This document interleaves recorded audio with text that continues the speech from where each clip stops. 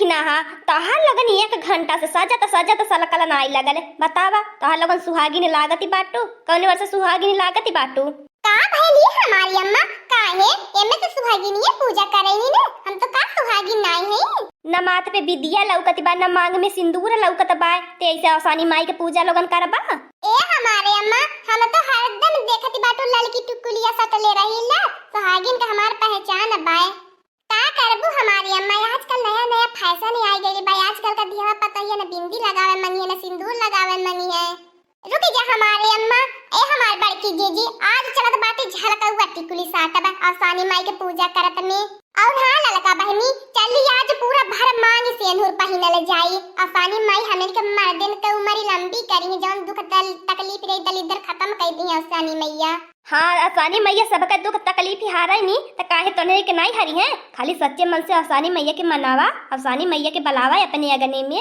अरे हमारी अम्मा चात बाटी रुक जतनी सजी सवर की आवत बाटी करे लड़की दखिनैया तनहन के क्या सिखाए बाया तने 4 घंटा से सजत सजी नहीं पवला पूजा पर से उठ के कहीं जाए जाला दे नरे मत कर दे तोरे लगा बिंदिया रखल बा दे देने साटी ले ए भगवान ये बूढ़ा ई तो हाल दोनों बिटिया बा दोनों के भाई नई नई बियाह का भाई जवान ने कितनी बड़ी बड़ी टिकुलिया सटले बाटी नी तोने के ऊपर सावरी है बड़ी बड़ी टिकुलिया साटे हैं कितना नीक लागत बाए लेकिन तेनो सेनुरा नाई पहिनले बाटी नी ले आवे मटकन बच्चा कुलिन के पहिनाता सेनुरे अब लागला कुलिन एकदम सुहागिन कहो हमारी अम्मा अब तो सभी आइए गल बाय अब तो सब झूठी पटूरी गल बाय अब सबका सिंगारो पटारो होई गल बाय हे हमारी अम्मा देखा आज हमने पहली बार दूरिया चबावत बाटी कौनो गलती बेजाय हुई है सानी मैया क्षमा करया अरे हमरे बूढ़ा अम्मा बताया 1 घंटा से पूजा पे बैठ गया बाय लेकिन ती अब ही न जाए के तोहर लोगन का सिंगार पटार होई की छुट्टी मिलल तब ओए भाई हमारी अम्मा कहां अखिया पर का मस्करवा लगी नहीं पवले चल आज आसानी माई पूजा कैले फिर ओकरे बाद सजही सवाई के रही ए हमार बड़की जीजी हम तो अखिया पर का जन गुलाबी होला ओहो नहीं लगा पावली है का करी जल्दी में नहीं दिमकवा हड़बड़ी में काम करते कहां लगन हम तो अब्बरोइए नहीं लगावली मेन चीज वो अब्बरोइए भुलाई के नहीं लगावई के और ठलालिया के कबरवा ना लगवनी लिपलाई ना रवा चला पहले आसानी माई को हाथ जोड़ गलती क्षमा माफी मांगा आ पूजा करा आ जन माने दोने को तन मानी दोनी दा आसानी माई सबका जन ना मनोकामना पूरा करैनी आसानी माई से कुलिन मांग लिया तोने का मांगी गोदी हरदम भरल रहा है जैसे कोई ने आज सजी सवारी के आसानी माई के पूजा करत बाटा ऐसे हम आसानी माई से मनावा कि हरदम ऐसे सजी सवारी के पूजा में बैठी पावा हाँ हो हमारी अम्मा ये हम तो सुनले बाटे आसानी माई में बहुत शक्ति रहले जे आसानी माई के दूरिया चबावा लोकर मनोकामना पूरा होला हाँ हमारे अम्मा धन बल से सब बड़ा होला तबे तो हमने कुल देवरान जेठान मिलके तो चली कि काहे न लेवा आसानी माई के पूजा कई जाए अपने घर में सुख शांति खातिर अब चला तनी आसानी माई के खिस्सा कहानी होई जाए गाना बजाना चला पचरा गाय थे आसानी माई के हे हमारी अम्मा तू ही पुरानी मां नहीं बाटो तू ही आसानी माई खिस्सा कहानी जानती बाटो सुनावा आ तन्हने के कौन दिन रात खातिर सिखावत रहनी है आज तन्हने मिल के कहा आसानी माई खिस्सा ए हमारे अम्मा देखा जान हमरे आवत बतावन हम कहा त बाटी आ तहा लोगन हुकारी भारा हां हमार बड़की जीजी कहा आसानी माई खिस्सा सुनत का बहुत नीक लागला हमार त बड़की जीजी मना करला दिन रातिया सुनता रही के सुनावे वाला रहा है सुना कोनी ने ये इकट्ठी ननद भौजाई के कहानी बाय आ कोनी ध्यान लगाई के सुनिया आ ध्यान न भटकाया इधर उधर आ पूजा बैठल बाटा कोनी ने ध्यान घर लगल है भूखिया प्यासी पे खाली पूरा ध्यान तन्ने खिस्सा पे दिया कहानी पे आया गली पीपे के ना दूरिया जब चबवाई बने तो तहल्ला लगन से खिस्सा कहवाई बे जा तो हमार बड़की जीजी पहले हमने के सुनाई तब ने हमने सुनाई हमार बड़की जीजी पूरा हमने ध्यान से पूरा धन मन तन लगाए के सुनब हमार बड़की जीजी कहा तो पहले तू शुरू कर मटकना शुरू कर देखत है पूरा गांव टोला मोहल्ला सब मेहरारू औरतें जुटल बाटन आगे पीछे कुल बैठल बाटन मेहरारू आ सुना सबका जीव खुश हो जाए अठी रानी नंदी अठी रानी भौजाई मैंने भौजाई हरदम नंदिया के देख चरती रहा है हम बाप महतारी रहने नहीं खाली अठी भाई अठी भौजाई रहने है तो भौजाइया जो रहा है हरदम नंदिया के करेजे ही निकलना है हूँ हमार बड़की जीजी तब करे आगे कब है आ सुनबा पहले कुछ की पहले बीच में टोकल करबा नंदिया जौन बेचारी रहा भौजैया के मने काम नहीं कह पावे जैसे भौजैया कहा है वैसे बेचारी नंदिया करे तब भौजैया के मने नंदिया का काम नाय पोसाए नाय भावे सही है कहती है भौजी कहा नंदियर का काम वापस साले भौजैयन के ए गुट्टल ज्यादा दिमाग न लगावा। बड़की जीजी खीसा खातिन खीसा ये आई गेल पूरा हकीकत में झगड़ा लड़ाई के मूड में। त मने का भय करे आगे हमार बड़की जीजी त का भयल। अब भयवा आयल परदेश से भयवा ना आई रहल है। अब भयवा आयल परदेश से भौजैया लगी गई अपने मर्दे के काना फूसी में। काओ काना फूसी लगल भौजैया हमार बड़की जीजी।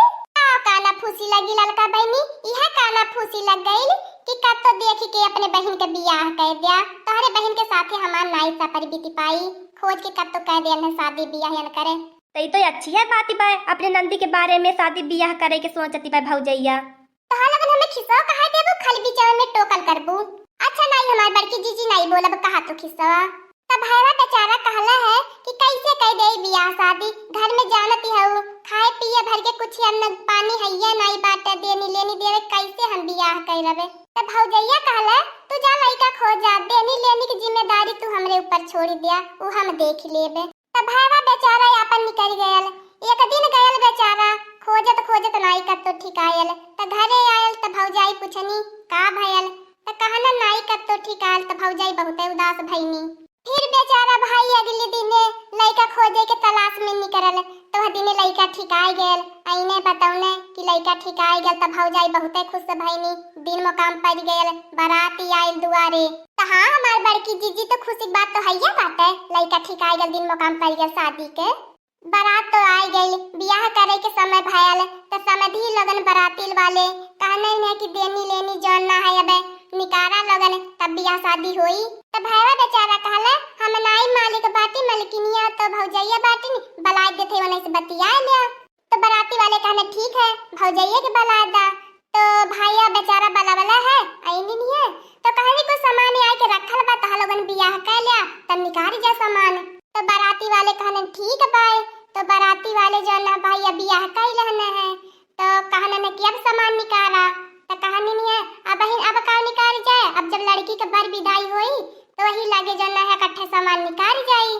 अब तो भौजाई कुछ जब मंगौले रहा तब तो निकाले ऐसे वो बहाना पे बहाना मारत जाती बा भौजाई।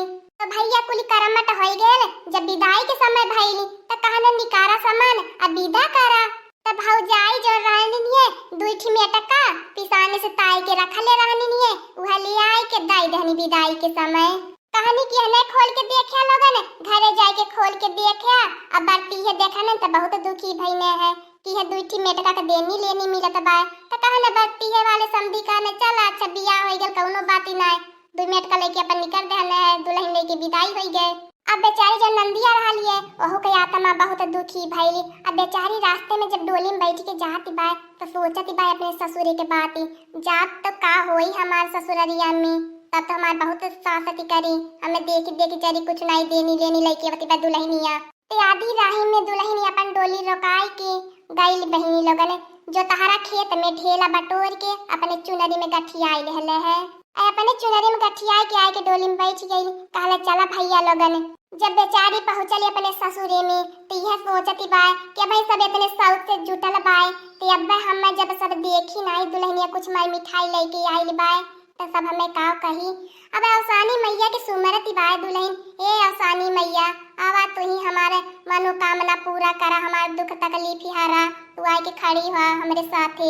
आईनी नियवन कर सास खब हंसी के पारा छती बाटिन दुल्हनी वह तैयारी बगले खब हंसी मजाक करती बाटिन कि दुल्हन मिठाई ले आई लेन लेवा कहारेन के दिया सबके अपने रान पड़ोसिन के बाटा मिठाई सबके मिठाई दिया। दुल्हन के बेचारी से अंदर जवन मन खबड़ा तबा की मिठाई कम तो लई ही नहीं बाटी तका दी है हमार सास सबके काव बाटी है अब तो हमार भाई बेइज्जती। तू है बहिनी लोगन आसानी मैया के सुमरनी है तो ले गईनी ने सास चुनरी खोलनी मेटका खोलनी वही में भैया लोगन हीरा मोती जवाहरात पूरा कुल चुनरी मेटका भरल रहल हवे।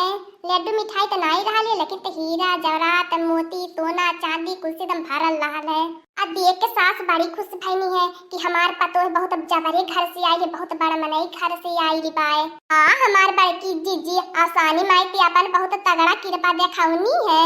कहा तो दुल्हन डेराते अपने सास से कहानी है कि अम्मा एकठी बात बताई तो कहानी नहीं सास हाँ बहू बोला का बात बाय। कहानी देखा हमारे अम्मा हम बहुत गरीब घर से रहनी है हमारे भैया भैया भौजी के कुछ देवे लेवे भर के औकाती नाई डालिए।